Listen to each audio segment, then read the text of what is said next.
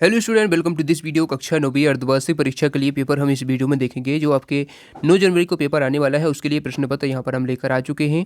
ठीक है, बहुत ही ज़्यादा इंपॉर्टेंट प्रश्न पत्र है। सभी प्रश्नों को आपको कर लेना है, सही विकल्प चुनकर लिखना है। सबसे पहले 6 नंबर के आपके सही विकल्प हैं। पहला प्रश्न इसमें पूछ रहा है, भारत के दक्षिण में कौन सा सागर है? ऑप्शन नंबर बी इसका करेक्ट आंसर हो जाएगा, हिंद महासागर। ठीक है, भारत का आप नक्शा देते हैं तो दक्षिण में, ठीक है, यानी साउथ में आपका हिंद महासागर है। नर्मदा नदी का उद्गम स्थल कहाँ पर है? तो अमरकंटक में है, मध्य प्रदेश अमरकंटक। ठीक है, उसके बाद देखिए अगला प्रश्न देखते हैं, प्रथम विश्व युद्ध कब लड़ा गया था? याद रखिएगा 1914 से 1918 के बीच प्रथम विश्व युद्ध लड़ा गया था। जर्मनी की मुद्रा क्या है? तो यह आंसर हो जाएगा इसका यूरो। ठीक है, जर्मनी की मुद्रा यूरो हो जाएगा। उसके बाद अगला प्रश्न देखते हैं, लोकतंत्र जनता के लिए जनता के द्वारा जनता का शासन है, उपरोक्त कथन किसका है? तो अब्राहम लिंकन का है। ठीक है, अमेरिका के राष्ट्रपति थे। हरित क्रांति का संबंध है तो किससे है? हरित क्रांति का संबंध है गेहूं एवं चावल के उत्पादन से। याद रखिएगा, option number D correct answer हो जाएगा। रिक्त स्थान देख लेते हैं। इस स्थान में पहला क्वेश्चन है, खालिस्तान नदी को दक्षिण भारत की गंगा कहा जाता है?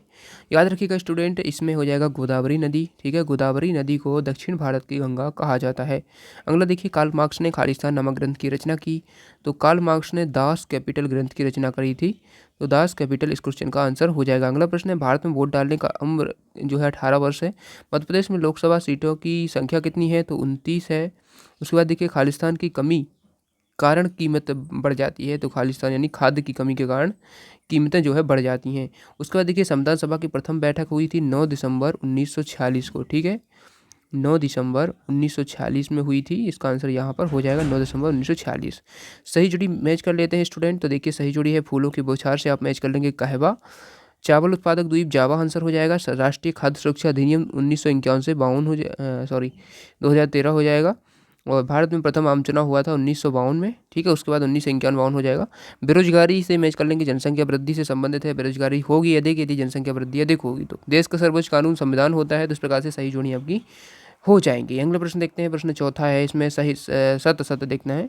सत असत में पहला क्वेश्चन कह रहा है, लू शीतकाल में चलने वाली गर्म हवाएं हैं। तो ये गलत हो जाएगा, क्योंकि लू शीतकाल में नहीं बल्कि ग्रीष्म काल में चलती हैं। ठीक है, ग्रीष्म यानी कि गर्मियों के समय में। भारत दुनिया का क्षेत्रफल की दृष्टि से 7वां बड़ा देश है। तो इस प्रश्न का आंसर सही हो जाएगा। ठीक है, क्योंकि भारत 7वां बड़ा देश है क्षेत्रफल की दृष्टि से। पहला है रूस। जान निकोलस लोकतांत्रिक शासक था। तो इस क्वेश्चन का आंसर क्या हो जाएगा? जान निकोलस लोकतांत्रिक शासक नहीं था, असत हो जाएगा। मक्का व्यापारिक फसल है। तो ये गलत हो जाएगा, व्यापारिक फसल नहीं है।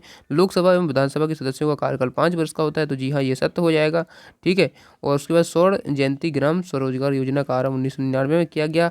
तो ये प्रश्न का आंसर भी ये तो सही हो जाएगा। ठीक है, इस प्रकार से आपके जो है सभी प्रश्न यहाँ पर कंप्लीट हो जाते हैं यहाँ पर। ठीक है, अब यहाँ पर एक शब्द या वाक्य में उत्तर है, इनकी भी आंसर हम देख लेते हैं। ठीक है, तो इसमें क्या कह रहा है? इसमें प्रश्न कह रहा है हमसे, भारत के स्थलीय पड़ोसी देशों की संख्या। तो ये 6 हो जाएगी। युंगफोंग क्या था? तो युंगफोंग 14 साल से, ठीक है, 14 साल से कम उम्र के लिए, जो कम उम्र के 14 साल से कम, ठीक है, कम उम्र के लिए बना, जो 14 साल से कम उम्र के थे उनके लिए बना नापसी नापसी युवा संगठन था। ठीक है, संगठन। उसके बाद देखिए अगला है, पालमपुर की एक गैर कृषि क्रिया का नाम लिखना है। तो दुकानदारी इसका आंसर हो जाएगा। ठीक है, दुकानदारी कर लेंगे, दुकानदारी। अगला है, रबी और खरीफ की फसलों का मुख्य साधन क्या है?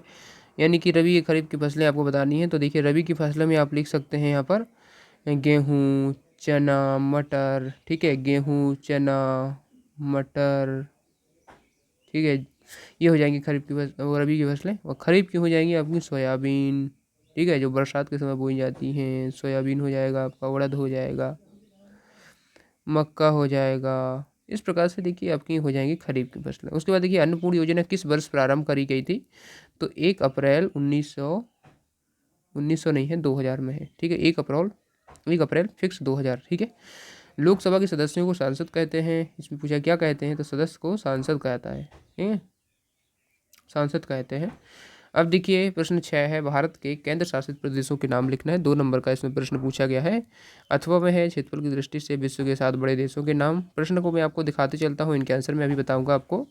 तो मानसूनी वर्षा की विशेषता लिखना है, मौसम और जलवायु में अंतर, भारत को विश्व में किन नामों से जाना जाता है, कोरोमंडल तट क्या है। सभी प्रश्न एक एक करके देखते जाइए।